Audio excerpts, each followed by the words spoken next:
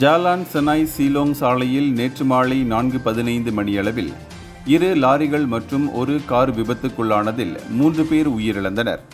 விபத்தின் போது லாரி ஒன்று 68 வயதான ஓட்டுநர் மற்றும் 65 முதல் 87 வயதுடைய 3 பெண்களை ஏற்றிச் சென்ற பரோடுவா பேசா கார் மீது மோதியது.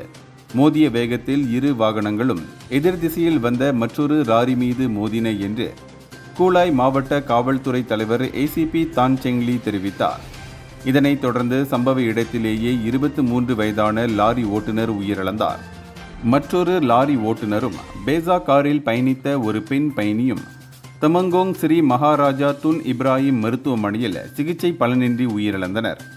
அது மட்டுமின்றி பேசா கார் ஓட்டுநரும் மற்ற 2 பயணிகளும் சுல்தானா அமீனா மருத்துவமனையில் சிகிச்சைக்காக சேர்க்கப்பட்டுள்ளனர்.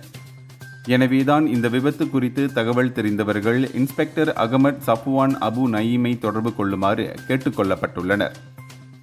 இந்தியர்களின் இதய குரல் மக்களோசை.